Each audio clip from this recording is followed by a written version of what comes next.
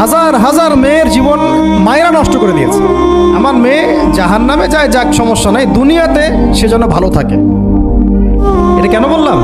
একটা সুদখোরের ঘরে তুলে দিতে সে দ্বিধাবোধ করতেছে না, একটা দুর্নীতিবাজের ঘরে তুলে দিতে দ্বিধাবোধ করতেছে না, একটা ঘুষখোরের ঘরে তুলতে দ্বিধাবোধ করতেছে না, একটা মানে কি বলবো, মাদক সেবী, ড্রাগ এডিক্টেড, বা এই যে আর কি বলবো, ফাসেক, জালেম, এই ধরনের ঘরে উঠাই দিতেও সে দ্বিধাবোধ করছে না। পাঁচতলা বাড়ি চাই আমার মেয়ে পাঁচতলা বাড়ি থেকে সুখে থাকবে। এই যে সুখের ডেফিনেশন এখানে দিয়েছেন আপনারা।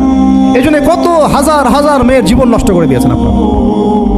আমার কথা মাইন্ড করে না, হাজার হাজার মেয়ের জীবন মায়েরা নষ্ট করে দিয়েছে, শুধুমাত্র মেয়েদের দুনিয়াবি সুখ এর সংজ্ঞাটা বুঝতে ভুল করার কারণে।